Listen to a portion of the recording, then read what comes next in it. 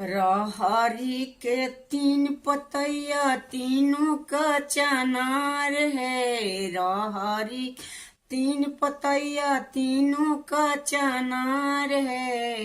ए मदन भड़ुआ के तीन बहनिया तीनों रंडी बाज है। पल्लाल भड़ुआ के तीन बहनिया तीनों रंडी बाज है।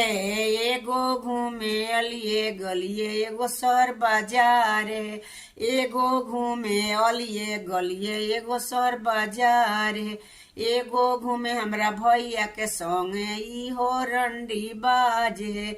एगो घूमे हमरा भैया के संगे इहो रंडी बाज।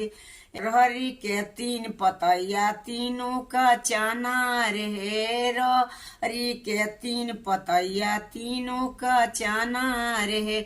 मदन भड़ुआ के तीन बहनिया तीनों रंडी बाज। एगो घूमे अलिए गलिए एगो शहर बाजार है।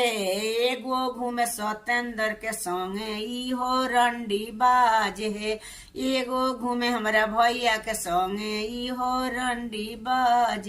रहरी के तीन पतैया तीनों का चनार है। रहरी के तीन पतैया तीनों का चनार। पल्लाल भड़ुआ के तीन बहनिया तीनों रंडी बाज। एगो घूमे अलिए गलिए एगो शहर बाजार है। एगो घूमे हमरा भैया के संगे ई बड़ी रंडी बाज। एगो घूमे हमरा भैया के संगे इहो रंडी बाज।